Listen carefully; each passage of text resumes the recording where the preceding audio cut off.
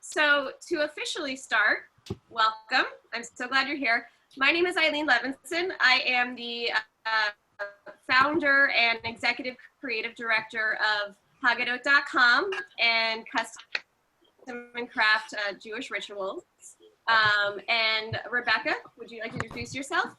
Hi, everybody. My name is Rebecca Missel. I have recently joined the haggadah.com team in the last about 5-6 weeks as the interim director of partnerships and operations. And I'm so thrilled to be a part of this community at this time. Great. So we want to also welcome you into the conversation, give you an opportunity to center yourself in the space, because I think we're all just juggling with a lot. So can we just take like one collective deep inhale and exhale before we get started? Okay.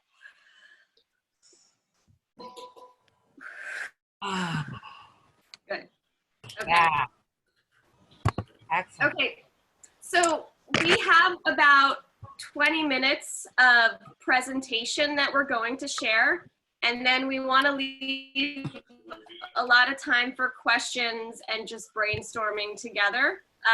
So I will be sharing my screen, but feel free to chat questions through the chat box, or you know, unmute yourself if you have something really like urgent that you want to add to the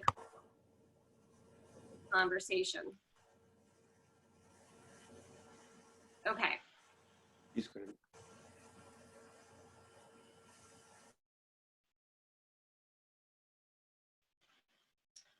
So we can all see this, right? Yes. Okay, Yes. great. Yes.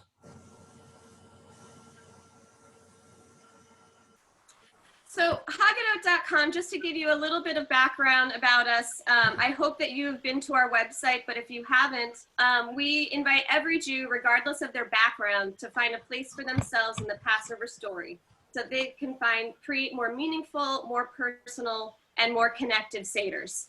So we do this by a website where we've had hundreds of thousands of users search for content related to the Passover haggadah. We have 60,000 unique clips. We have thousands of full haggadahs that users have contributed. You can mix and match content, or you could download a full curated haggadah made by our team. The feature that I realize a lot of people don't know about is that you can actually view your haggadah on your screen. So normally for Passover, we tell people you can download it, but this is a view of what it actually looks like to view your haggadah on screen. And you can use the buttons to swipe through. If you're on a tablet, you can swipe with your fingers. There's the table of contents at the bottom where you can see the page that you're on. So you can make your haggadah on the site, and if you're hosting a virtual seder, it's very easy to have your Zoom or your FaceTime window open, and then haggadah.com open for all of your seder guests. And before we get too deep into this, haggadah.com is part of a larger organization called Custom and Craft Jewish Rituals. We're a registered 501c3. And we're a design lab for the Jewish community, experimenting with technology, media, and video to imagine new formats for engaging with ancient traditions. So we're in really unique times that are difficult for a lot of us, but we're a creative studio where we focus on using design and technology for gathering differently and in meaningful ways. So this is a time where we're really set up to help you. So today we're going to talk about how do you gather purposefully and doing that virtually. The truth is that even though we're limited and we're going to use technology to help us, the best practices for a great gathering still apply here. And I think if we pay more attention to what makes a gathering really special, we're going to be able to pull that off with our virtual seders as well. Once we go through those tips, we're going to share some logistical technical advice, how to use Zoom to your advantage or FaceTime. We'll have time for brainstorming, and then we'll share next steps. And with that, Rebecca is going to give us some of her tips. Rebecca has experience as a gatherer of communities, and we've also pulled a lot of this from a book called The Art of Gathering by Priya Parker. And Rebecca and I were actually really lucky last night to participate in a call with Priya herself and hear some of her tips for gathering in this really unusual time. So Rebecca. Thank you. Thanks, Eileen. Yeah, it was interesting. The quote that Priya had shared yesterday was this idea that there is that just because there is a gathering in-person recession doesn't mean that there needs to be a loneliness boom, right? So how are we thinking about gathering together? So the real core that what drives everything about the art of gathering, whether you're doing it virtually or in person, is really starting with a sense of purpose and deciding why you're really gathering. Just as you would with you planning an in-person seder, you want to have a purpose to drive your virtual seder if that's what you decide to host, or if you're deciding to host a smaller seder, maybe it's only 3 or 4 people in your immediate household this year who are joining the seder with you, and that purpose will drive how, when, where, whether virtually again or in person, to gather, the guest list, seder plate. What do you have on your seder plate is a choice that stems from your purpose, and how you're customizing the haggadah. So I want to invite folks in the chat to share real quick, sort of, and this is another thing that we're going to model, is using how you can use the chat to engage people during the course of your seder. I'd love to invite folks to post in the chat what purpose is driving your seder and what purpose is driving you to host a seder this year. So there's no wrong answers, but I'd love to just invite folks to type into the chat real quick about what their purpose is. And while you're doing that, I'm also going to share this presentation with you. So you will be able to follow it along on your own computer. You don't have to worry about taking too many notes because it's all here. Right. So I'm seeing a lot of folks sharing about wanting to gather family, to maintain traditions, to find a place to connect, and just, wow, so many people, just like how important it is to have this sense of continuity, a sense of normalcy in these difficult times. I think that's a really big reason.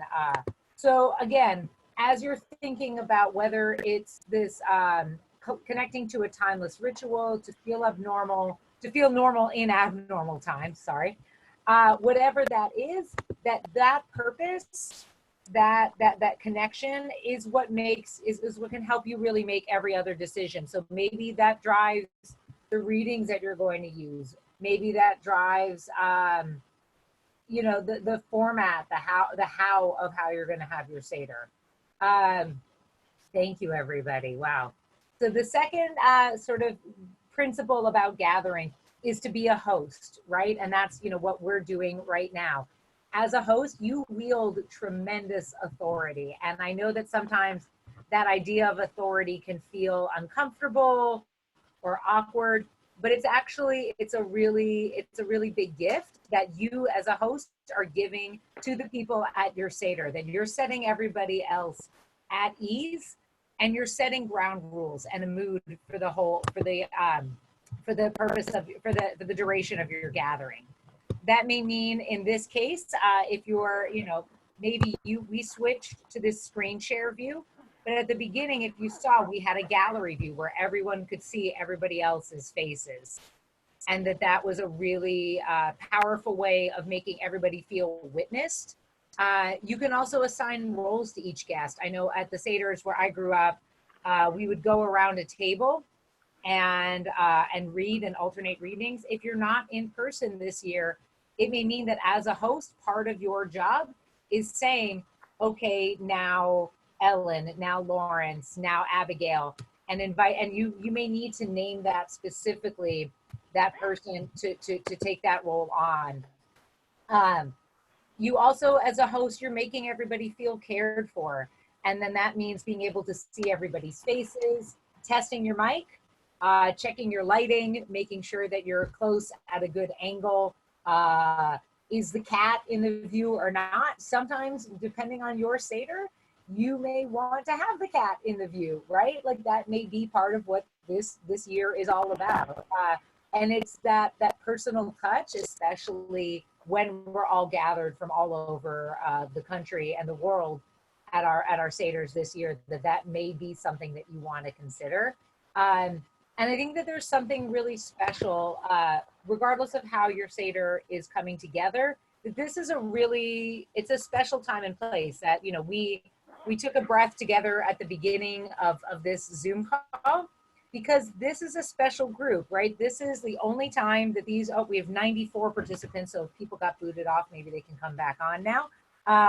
But this is the only time that this collection of these people will be together, gathered in this way, right? First of all, God willing, next year, we're able to be around physical space and in each other's physical presence again. But also this is a really unique circumstance. Somebody asked in the chat about recommending multiple computers at the table. I think what I would recommend is either, and this is a principle whether you're meeting for a Zoom seder or for a Zoom meeting, is that you want to create a level playing field. So that means that it shouldn't be that like 3 people are all on one big, you know, this happens a lot in business meetings where there's a conference room and like there's 6 people around one table, and then they're all having little side conversations with each other. And then in virtual space, there's a whole bunch of other folks gathering, right? You don't want that. You want to have everybody be level. So if there's going to be folks both in person, maybe it's, you know, mom and dad are in person and the kids are calling in from different locations, you may want mom and dad to each have a computer or a laptop or a phone to be on the call together, so that everybody feels sort of even and you're not having those little side conversations that can be really distracting during a Zoom. Let me go to the next slide. Right. I in response to that too, I would say technology is a tool that can help you, but it's not the focus of the seder. Like the focus of the seder is people and tradition and all of the things that you chatted in. So yeah. Don't, you know, what's kind of cool is that we're not so focused on the food and entertaining this year because we're so limited.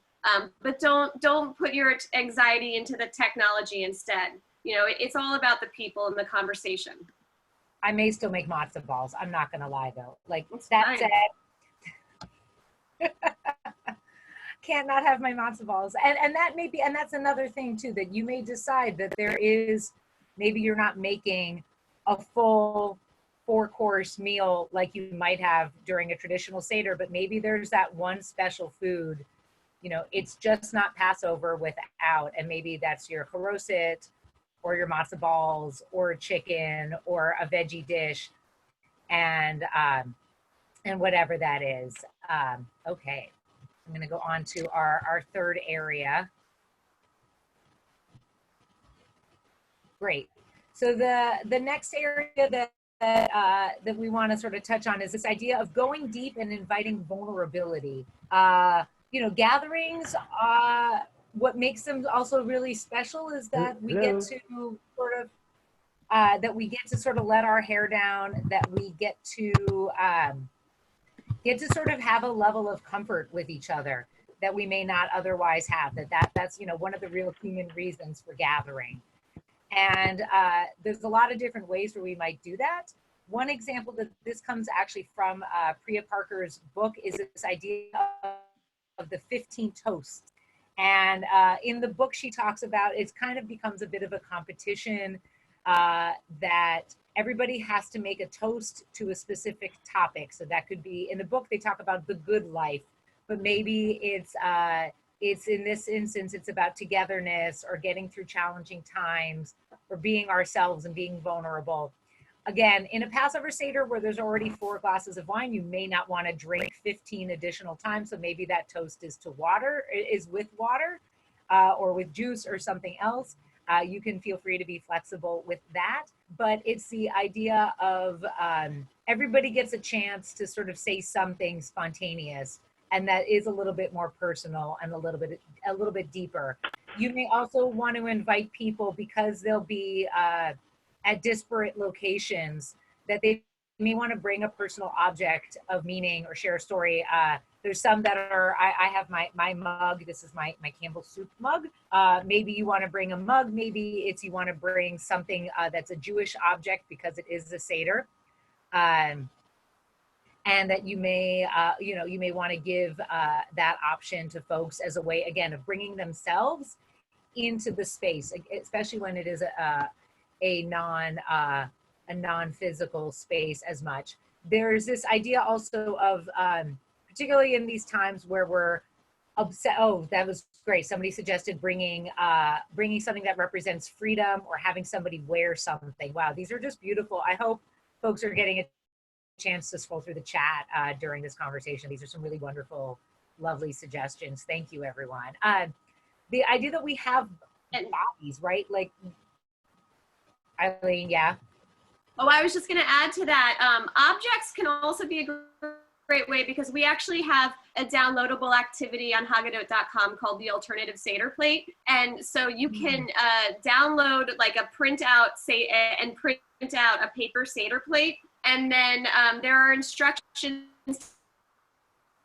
the themes of freedom and oppression that are in the Seder. And it's not to replace the regular Seder plate, but I'm sure right now, like, there are certain objects that we're really like clinging to or feeling repulsed by. And this could be a good time to talk about it and get a little bit more hands-on.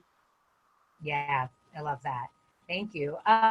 There's also, so I will say, like, one of my personal favorite moments during the Seder is the maror, right? Is the bitter herbs. And I grew up in a house where we made our own horseradish from scratch every year. And I'm as I'm currently suffering with sinus season, the idea of getting hit with that very visceral sense of the horseradish coming out of the food processor is very appealing to me right now. And so maybe that's that sort of visceral thing. I'm seeing people post about having a special object on the Seder plate this year as well. Whether it's, I think toilet paper is my favorite one. It feels like a very sacred object to folks right now. And I think that, I think what you're all really showing us here in the chat is this idea of playfulness, that, these are really difficult, trying times, and that I think that you're all leaning into this vulnerability and humor. It's beautiful and it's encouraging, and I think that it will help make each of your seders that much more warm and that much more meaningful for folks. The last piece that we want to touch on before we open up into a bigger conversation and troubleshooting is this idea of ending well. Although it's only 12:20, we're not ending yet, but just to sort of tease this out, that every gathering has an end, right? And one of the things that Priya Parker talks a lot about, and that I've really tried to model, is you don't want to ever end with logistics. She also talks about you never start with logistics. So don't end the Seder, everybody's had this beautiful, wonderful experience. And then you're like, okay, and the dishes go over there. And if you could just put away this and that, like, it doesn't feel, not that sense of warmth. And we'll model as we get toward the end of this call, how we're gonna, when we actually get to the end, we'll do a little cheer to end our time together today. But I think it's really important to close your Seder as meaningfully as you began it. And that includes giving people a chance to make meaning of the experience and to give thanks, right? Our Seder itself, like in a very traditional sense of it, models this, right? Where we do say Birchat Hamazon, we say like the grace after meals toward the end, at the end of our Seder, right? We have our Afikomen and we do this, and then we sing songs, and we have, other ways of extending the evening. And that singing, I know some people get very into it, and other families it's less of a tradition, but it can really, again, be a way of bringing that purpose, carrying that purpose through. And so you may want to do a group toast or a group song. People are asking in the chat about whether folks will be comfortable singing remotely. I have been seeing certain on my list of events coming up these days. I'm seeing lots of sing-along parties. I recently hosted a dance party. I think it's you have to think through the audio and sort of do a test run of it and how it works best. I think, again, that accepting that there may be technical difficulties may not is also part of what this is, right? And it's experimentation, and that sometimes it can be a little bit harder. We're hearing that like some people singing in sync over video may be more challenging, so that maybe it's that's where you switch to WhatsApp or Facebook or FaceTime or one of the other apps, and then that's how you go about it. I added this in because, as we're planning these seders, we have some tips for the framing of your video and tips for getting everyone involved. And I thought this photo was just so lovely. This community Nefesh in Los Angeles, they did a live stream of their family Shabbat this morning. And I was so struck by the intimacy of it, even though we were apart. They did a great job of, it seems that they're in front of a window, so we're getting some really good lighting. If they're in a cozy space, they're using a great camera quality. And then that moment that a lot of congregations do where you're reciting the Shema and putting your hands over your face, I just felt so touched during that because it was just a reminder to me of the magic and the feeling of being together and also being able to look inward at a time where we've been so focused on our screens and looking outward, and we need our screens to connect, but you could also look inward. So I thought that was just a nice image to share. So now some technical tips. So obviously every platform has advantages and disadvantages.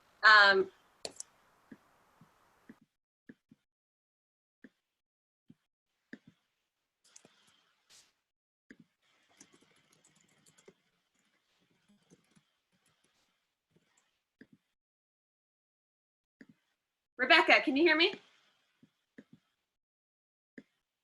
Okay. Raise your hand if you can hear me. Mine just cut out. Let's try this again. Am I there? Great. Yeah, Rebecca, take over. My bandwidth is getting low. Sure. Yeah, I understand. So just some quick technical tips. As you can see, every platform has advantages and disadvantages. If you use the free version of Zoom that you just decide, hey, I'm going to sign up for a Zoom account, there's a 40-minute time limit. Skype limits its numbers of users. As you can see from today, we thought we had more than 100 user bandwidth here, and it seems that Zoom wasn't working with that. So you have to sort of think about that. There are options like YouTube Live and Facebook Live for larger audiences. So maybe if you're part of a congregation or a community that wants people, many people to be able to jump on, you can do that. I will say for YouTube Live, I worked with that the other night. There is the 40-minute time limit I'm hearing has been waived for Zoom, which is great. YouTube Live can take up to 24 or 48 hours to verify you. So don't decide Wednesday afternoon Erev Passover to be like, I'm going to set up a YouTube Live account, because it may not work. So give yourself a few days in advance, both to get all of your technology in order and to do a test run. And maybe it's worth it to call a few friends and say, okay, Tuesday at noon, we're going to do a practice on everything just to make sure it works. And then we'll have the actual seder Wednesday or Thursday. Certain ones, again, this all goes back to your purpose, right? Is your purpose to create an intimate small group experience with 4 or 5 people or 6 people who happen to be in different locations? If they and if so, you may want to use something like WhatsApp or FaceTime. But again, if you want a bigger experience, the other thing to take note of is that Zoom also offers breakout rooms, which may be something that you're familiar with. If, again, a lot of work conferences can use this technology. It's an upgrade traditionally on Zoom. Again, I would check Zoom because I have a feeling a lot of these companies are adding functionalities and changing some of their structures as we all go through this experience. But you can divide people up into smaller groups. So maybe, again, if you're a congregation, you want to, have people break out, maybe you're going to have folks with this last name, they're going to break off into this room to talk about a symbol of the seder or something else, or they're going to share stories, and then everybody's going to come back together. So I'm going to turn it back over to Eileen. And actually, we're thinking about using breakout rooms for our virtual seder that we're hosting on April 12th. And we're getting some volunteers who are going to be moderators for those rooms. So we're not just sticking a few people who don't know each other in a conference call for 10 minutes and telling them to go talk. The idea is, just as we have this overall host for our seder and this webinar, every part of the gathering should feel well hosted and guided, because the truth is, if you don't lead and show some authority, somebody else is going to fill that vacuum, and you might not want them taking over. We've all had that experience. So just some other last tips before we open it up for questions. On the top right of your Zoom screen, you'll notice that you can switch between gallery view and presenter view. Gallery view is that grid, or presenter view will show one person larger. On haggadah.com, obviously, we think it would be great for you to make your own unique haggadah, but also it would be great for your seder guests to help contribute to that haggadah. So you can invite them as collaborators, and I'm happy to share follow-up information on how to do that. I believe it's also on our FAQ page of our site, some instructions. And I know that not everybody is super technically savvy, and so we're planning to ramp up our FAQ page in the next few days and provide more support, because I know this is a leap for a lot of us. I think that the screen sharing that we're doing now is necessary because it's a presentation, but we also want to cut off that screen sharing so that we can see your faces. I think that during your Zoom or FaceTime Seder, let everybody follow the haggadah on their own screen or tablet and just focus on the faces on the screen. If you want, you can share video or links for parts of it, but we really just want to connect with each other. It's always a great idea if you have links that you want to direct people to have those links ready beforehand, especially if you have videos and those videos take time to load. I personally, as you have experienced, I am currently in a sublet apartment that's not fastest Wi-Fi, and so when I try to share certain things on my screen, especially if it's video, it could crash. And so just know, be prepared for those type of situations. Lighting, background, camera angle. So I like to try to position myself. I have a window right here that gives me some nice, natural light is always best. When it's gets darker, I have a lamp that I turn on. I think for a seder, I might not sit at my desk. I might, make myself really cozy, sit on the couch. Maybe our food is on the coffee table. our backgrounds, Rebecca did a great job. I'm going to tell her secret that she actually has some things behind the curtain. So she created a nice smooth backdrop for today's conversation. You can even get really fun. I think somebody mentioned that their rabbi was doing like a picture of a desert behind them in Zoom. Think about the ways, you know, that you like camera work. So, you know, there is still depth here. We can get really close, you know, we can get far away. I can stand up and dance and you can see it and we can all dance together. The frame is a really fun thing to play in and out of. It's like we each have our own little stages and you get to play and perform in ways that maybe you didn't get to do before. And, you know, we all know that, especially when we're on FaceTime with little kids, you know, you can still play a little peekaboo or kind of move your face around, and it's effective. Make sure you know how to mute and unmute. So it seems that most of you have been muting yourselves so that we can have a pretty quiet conversation, and that's great.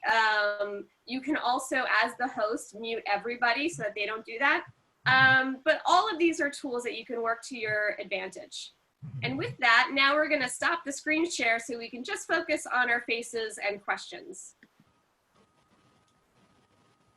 Eileen, I think one of the questions that just came through was regarding a copy of the presentation. If we can put that in the chat link again. A copy of the presentation?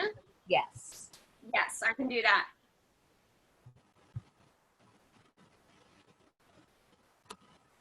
Could you say more about the ways we might utilize haggadah.com resources to interface with our seders?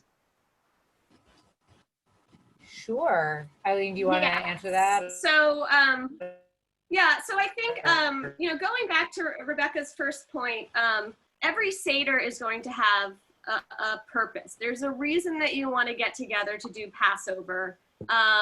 You know, it could be that you just need a break and you want to get your family together to laugh a lot and have the silliest Passover ever. In that case, you can look up content that has humor and entertainment, or you might want, you're still concerned about, you know, the world's refugees, especially in this time of like a health crisis. So on haggadah.com, you can go to the page Haggadah library, and you can search for full haggadahs, or you can search for clips. That's up by the search bar. You can also start your new haggadah, and when you start a haggadah, after you've signed in, you click on the upper right where you will see your icon. There will be a drop down to start a new haggadah. And actually, you know what? I'm going to ask, would a lot of people like to see a short demo of this site, or would you rather that I just talk through this at the moment? Let's see the demo. Okay, great. Yeah. So I'm going to pull it up. As I mentioned, my bandwidth on my internet is unfortunately lower than I'd like. So we're going to see if this works. If you lose me, Rebecca, you take over, okay? You got it. You got it.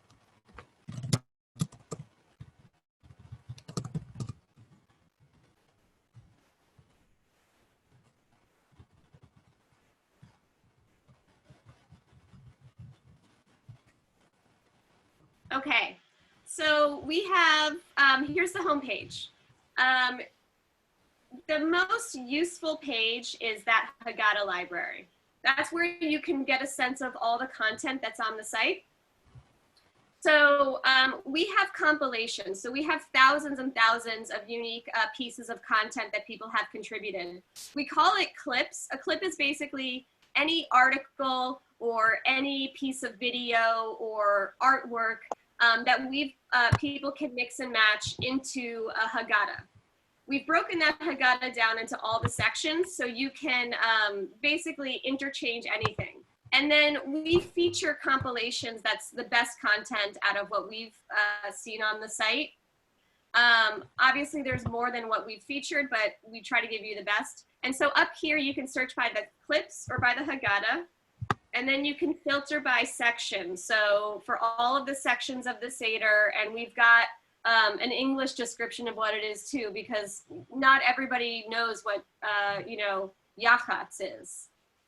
So you can search by those sections. You can also search by categories, and those categories actually are much bigger because they drop down into things like feminism or race relations or, you know, culture and history. We have a wellness section that I'm sure is going to be very well populated this time. And, you know, let's just look at some meditations, and I'm gonna see if there's actually, and then I'll just search.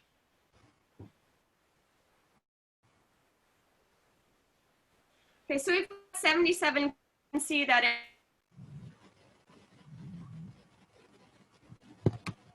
can click the title to view more. I can also just go and save it. That's going to save it into, I'll have a library. So I'm going to save this one, but it asks me to sign in. The reason you need to sign in is just we need to be able to associate everything that you've put together with your email address so that if you don't finish it in one place, you can come back. So I'm going to sign in using my Facebook.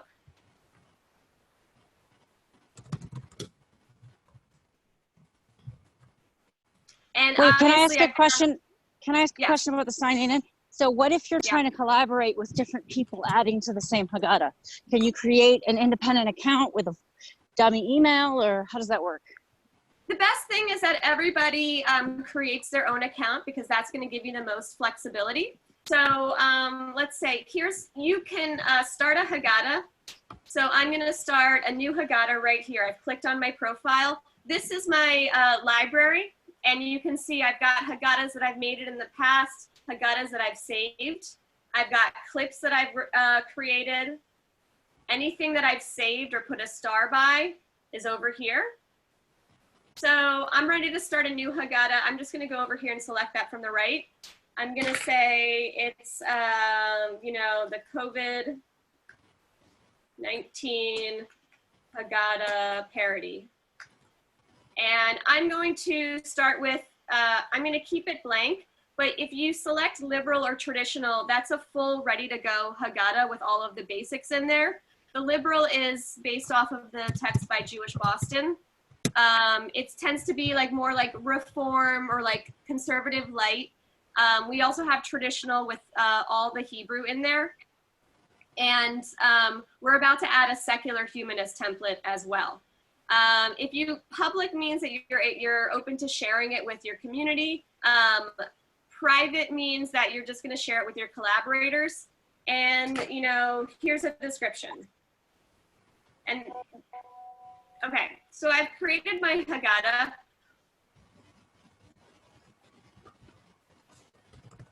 And now I've got this page where I've got every section laid out. So I didn't choose a template, that's why it's blank. If I had chosen a template, they would already be in here. And so I want to add a clip. Oh, well, first, you know, since you asked about the collaborators, right up here is where you can invite your friends to collaborate. So I just click that.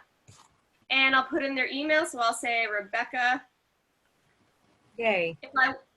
If I wanted to leave a message, I can do that. And I'll send an invite. Rebecca's now going to get an email inviting her to, you know, to this haggadah and join and collaborate with me. She can add clips. She can, if she wants to write anything original, it'll be, if she wants to write anything original, it'll be shared as by Rebecca Missel. And so that's the advantage, especially if people are creating their own content. We want people to be able to access their own profile and see it. But it's really up to you. She can then add it into one haggadah. And then you can click preview at any time. Or if you want to add clips,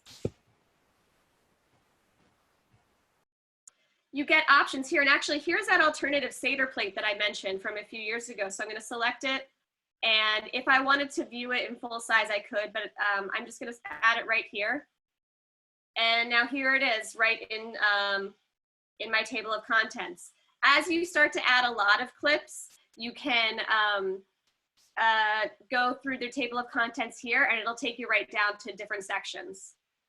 One thing you should, as in this toolbar, it'll first show you clips that you've created, then it'll show you clips that you've saved, and then it'll show you community clips. it's likely that most of you haven't created clips yet. So this community clips is where you're going to see the most.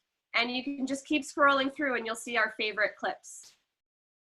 Just to answer, there was a question in the chat. I put it in the chat, but just in case, folks asked if you're able to add your own material. Absolutely. Much of the content that we have on the site is generously shared by our users. So you can share whether it's a photo or a drawing. We love to get artwork because then that allows people to add that artwork to their haggadahs. But you can also add a reading or a special blessing or a poem or interpretation. You're only limited by your imagination and creativity to add a clip. So I'm going to show you, if you're in this page, you can just create a clip right here to add something brand new. We also have videos on the site that show this exact process, probably a little bit better because I have edited them, but you'll have everything you'll need there. So I'll say this is my 2020 introduction. This categorization is really helpful if you are, especially if there's this particular topic, like if you're writing something about, you know, recovery or addiction or about, you know, living with a disability, it's really important that you categorize it because that helps other people find it because they're searching by those same terms. And if you started in the introduction, but you want to add it to a different section, you can change that here and then you can create the clip.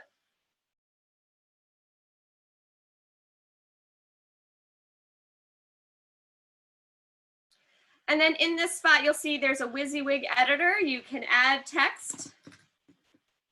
And if you want to add an image, you just click here. You can upload the image. If you want to add a video, you can. You make sure you get the embed code. You can do that. It's usually in the sharing options on YouTube.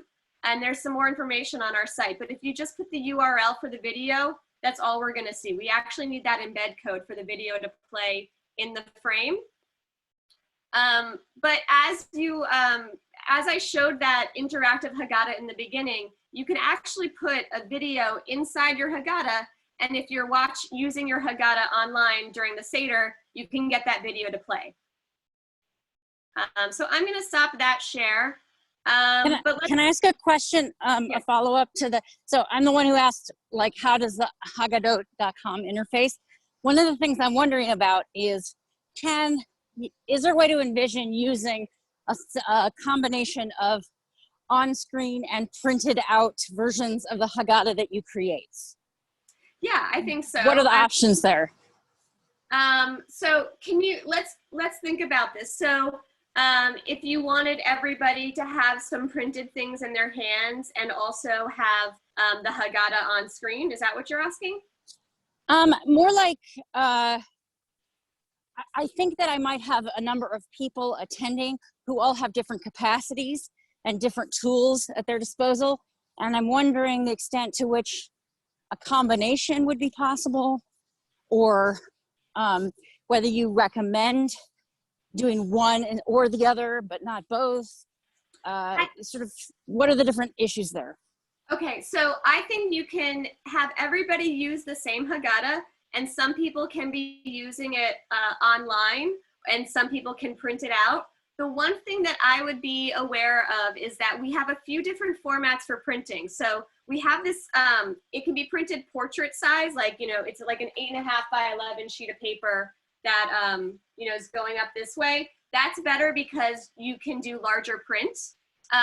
We also allow people to download it as a Word document, and then you can really get the print a lot larger because you bring it into Word and edit it. So you might want to rely on the clip titles and where they are in the sections. Like, tell people we are at the second reading in Kadesh, because then telling them the page might not necessarily always be on the same page if some people are looking at a version that had smaller type and is on smaller pages. But I think it could work out. I think it could work out pretty well. That's good advice. Thank you. I didn't even think about the pages. That's great. Okay. I've got a follow-up question to that. Mm-hmm. If we, just so I understand, if we use an online haggadah, that's going to take up the screen and the faces of the participants will be in the thumbnail mode on the side? So if you, not necessarily. So if you use that haggadah and you do a screen share like we were doing with our presentation, then yes, because you're basically, everybody is looking at the document that is shared through Zoom and not through their web browser. The other option is that everybody has their web browser open to haggadah.com, especially because, so right now, as I'm talking to you, I actually have two screens. You know, my Zoom is in front of me on the monitor, and then I have a larger screen set up. It might be a lot of people can connect their laptops to play on their television. So you might want to get people's faces, you know, on the bigger screen, or, you know, depending on how the camera works. And you might want to get the haggadah on the bigger screen so you can sit back and watch it, and then just have the Zoom over here. So you don't necessarily need to show that haggadah through Zoom. As long as everybody has the link to the same haggadah on haggadah.com, everybody can follow along on their own, and you don't need to do the screen share. Okay, good, thanks. Okay, what other questions can we answer? Let's see. Been getting most of the folks in the chat. There's been a few questions about printing and mailing. Absolutely, feel free to print and mail. You know, this is yours to choose how you want to make it. You may want to just have a phone open and everybody talks on a party phone line, and then follows the paper version because you don't want a screen at the table. That's also completely valid. Your virtual seder is your virtual seder. Yeah. And I also, I encourage you to check out our printing options and our viewing options well before your seder, just so you can understand what works best for you. The haggadah can get quite long because we have so many clips, and it's easy to just like add one clip after another, and next thing you know, you've got a haggadah with 80 clips. And then people are shocked that it's so many pages to print out. So you can, if you're doing a digital haggadah, you probably won't have the problem with pages, but also thinking about, like, you know, the loading time. And then also, if you're very design oriented, like I am, I have to tell you, as a creator of the site, I wish I had so much money to let you just like do all of the fancy design in our platform. Because I know how important typography and spacing is, but we had to keep it to a limited template because we have to do this with our limited budget. But if you care about design, I really encourage you to download the Word document of your haggadah. So try to finish your haggadah a couple days early, download the Word document, and then finish all of your font changes and layout to get it the way you want. So that you're not disappointed, you know, if it doesn't look perfect when you're, you know, the day of Passover. Can you re-upload that to the Haggadah website? You know what, we don't, but email me and we'll try to figure something out. I do have the capacity to upload certain PDFs back onto the website, so it's really on a case-by-case basis. But, you know, this is a really interesting year, and I'm really excited to see what you're coming up with. So I definitely want to see, you know, how you've worked with it and how I can help just, you know, share it with your guests. And so my email is eileen@haggadah.com. Thank you. Just if there's a few other questions that came in.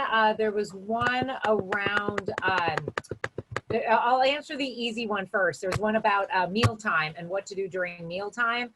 Yeah, I might have people log out and log back in for the, you know, it's kind of awkward to watch people eat. So you may want to say, okay, you know, and I would just be really, you know, either set a time that you're going to come back in to close the seder together, or you may, you know, just text each other and be like, hey, y'all done eating? You know, you have to sort of, again, I think it depends a little bit about who's at your seder. I think there's a difference between doing that with family, or if you're doing it congregationally, you may want to give each family at home a chance and say at 9:15 or whatever the time is, at 7, whatever the time is, that we're going to log back in and close the seder together. There's some questions around including people with hearing disabilities and closed captioning. I'm not aware of Zoom having closed caption options. There may be other platforms. We can look into that and put it on our tips when we post it to the website. Which platforms offer closed captioning? My guess is some of the live ones probably post a little bit better with the closed captioning. I have to say, actually, on that, I think that's a great question. And so I would love to follow up with that afterwards. I personally want to figure out how to do Zoom karaoke, where we get like the lyrics on screen and we can all sing together. So if anybody knows how to do that, email me. I'm also seeing folks It's sharing a time lag. Yeah. Oh, well, yeah. There's a time lag for everything. It sounds like Skype may offer some closed caption options, and that there's certain, thank you to my colleague, Jill Goldstein, who's becoming quite the pro at web conferencing as well lately, that and is just as part of the Foundation for Jewish Camp, which just hosted a huge day-long conference on Zoom instead of in person, that there are higher level Zoom options, paid Zoom options that do offer some closed captioning. So again, it kind of depends on, are you, as an institution, is that an institutional investment that you may want to make, as we all kind of hunker down in the meantime and move to online versions. I'm also hearing that Jubilong, one of our partners, has mastered Shabbat karaoke. So maybe they can post in our Facebook community or let us know what the tricks are to doing Zoom karaoke. Yeah, and then there's a question about ritual objects and what do you do with that? I mean, I think that's where we can get creative. So, maybe one person who's leading the Seder has the full, Miriam's cup and Elijah's cup and the full Seder they show it in front of their camera, or, you move the laptop camera or the iPad camera to show the Seder plate when you're talking about it. Again, think about how you are the cinematographer or the director of this experience. It could be cool if everybody has the objects and then you're seeing, there's your Kiddush cup, there's your Kiddush cup. Maybe this is a time to be creative, and we have a lot of coloring pages on the site. I'm happy to make some Kiddush cup coloring pages for you to fill out too. So, think about this as an opportunity to play. Another question, how long do we think people can sit and focus?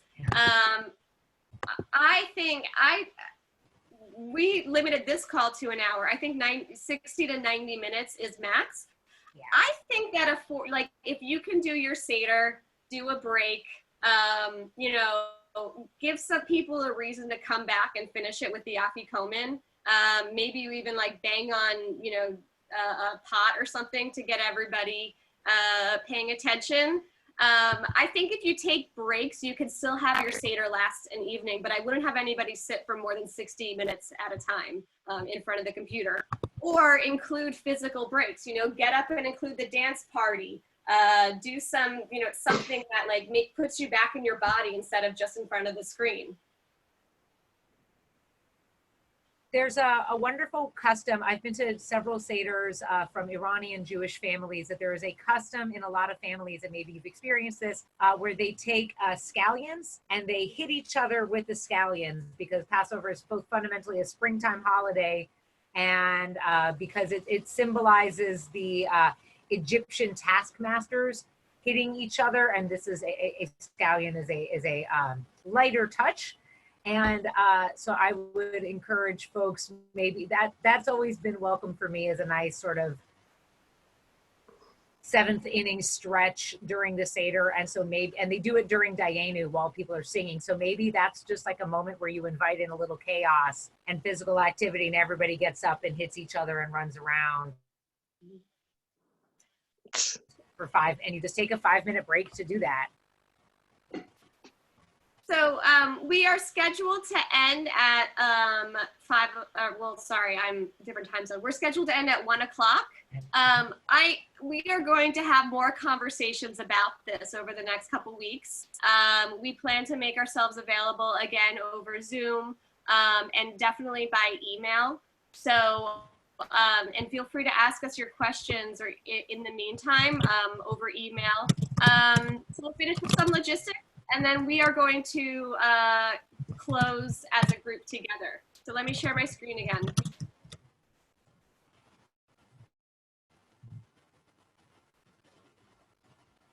Okay, so obviously haggadah.com is where you can make your own Passover haggadah, customize it for this very unique seder that you're going to have, and email us your questions about using the site. We have a Seder Planners group on Facebook. This is to help you make your own virtual Seder, but also we would love volunteers to help us for our big virtual community Seder that we're planning for April 12th. So join that group. Since we have time to be at home, I really recommend reading The Art of Gathering by Priya Parker. If you just want a short taste of her work, yes, great. She's got a TED Talk. And then I love this talk, Start With Why. If you're trying to figure out your purpose, Simon Sinek, who is a consultant mostly for businesses, he has this great TED Talk about figuring out your real purpose for what you're doing. There's a great article in E-Jewish Philanthropy for successful online gatherings. And then mark your calendars for a virtual Seder. The journalist Esther Kastanowitz, who is one of my close friends and a big inspiration, is going to be co-hosting with me and the Haggadah team. And we're going to have some other special guests. And so it's going to be a good time. And I hope you can join us. And last, definitely leave us your name and email in the chat if you want to sign up for our newsletter for more updates, because we send out our curations of the best content, our tips for planning. So there's so much more that we can get you if you sign up for our newsletter, or at least follow us on Facebook or join the Seder Planners group to get in on the conversations there. And with that, I'll let you type in your last chats and emails and questions, and then we're gonna close in a way that still gets our bodies into this call. Wow, okay. This is great. Thank you, everybody. Rebecca, we are so thrilled that you joined and that so many of you joined and had such just great questions and ideas to share. It's a really tough time, but moments like this really make us feel inspired, and we're gonna get through this, and we're gonna have a great holiday. So Rebecca and I were thinking about ways to close, and we were joking around. We thought about, when you're in a team and you put your hands in, and on the count of 3 you put it out. And so we're gonna make sure you're in gathering. They're washed. Down to 3, we're gonna break. You don't have to wash them. You can just put them in on the screen. All right, I'm seeing hands. Okay. All right, we're gonna go, or on the count of 3, we're gonna say Seder. Okay. Awesome. All right. 1, 2, 3. Seder. Later. All right. Thanks. Thank you, everybody. Happy Passover. We'll see you soon.